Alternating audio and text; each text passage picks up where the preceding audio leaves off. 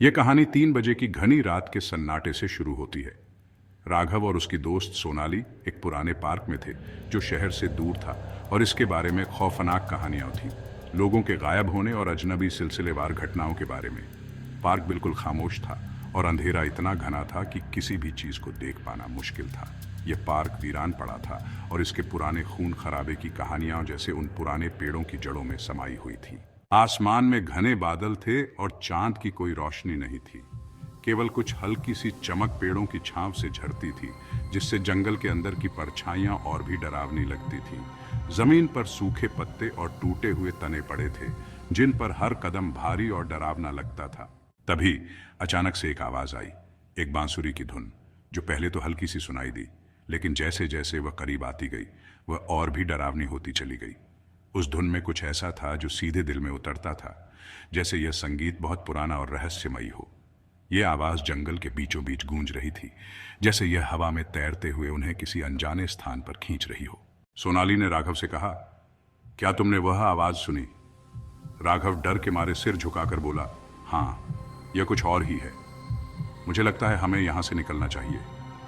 उन्होंने एक दूसरे को देखा, आंखों में डर था।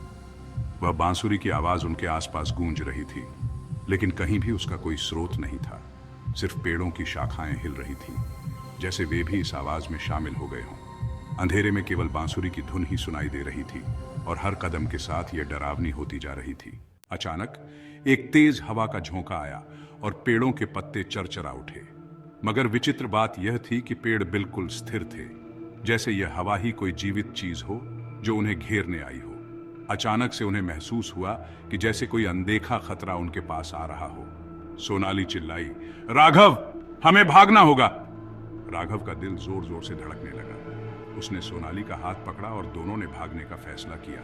लेकिन जैसे ही वह दौड़े, बांसुरी की आवाज उनके पीछे पीछे तेज होती चली गई। यह जैसे किसी अजनबी ताकत द्वारा उनका पीछा किया जा रहा हो। पेड़ों के बीच हर कदम पर यह डर और बढ़ता जा रहा था। अंत में उन्होंने अपनी पूरी ताकत लगा दी और ट्रक के पास पहुंच गए। जैसे ही उन्होंने दरवाजा बंद किया, सब कुछ अचानक शांत हो गया। बांसुरी की धुन भी सुनाई देना बंद हो गई। वह बैठकर सांसों को संयमित करने की कोशिश कर रहे थे, लेकिन उनका मन पूरी रात उस डरावनी धुन और उस जंगल के बारे में सोचता रहा, जो अब भी रहस्यमयी रूप से खामोश था।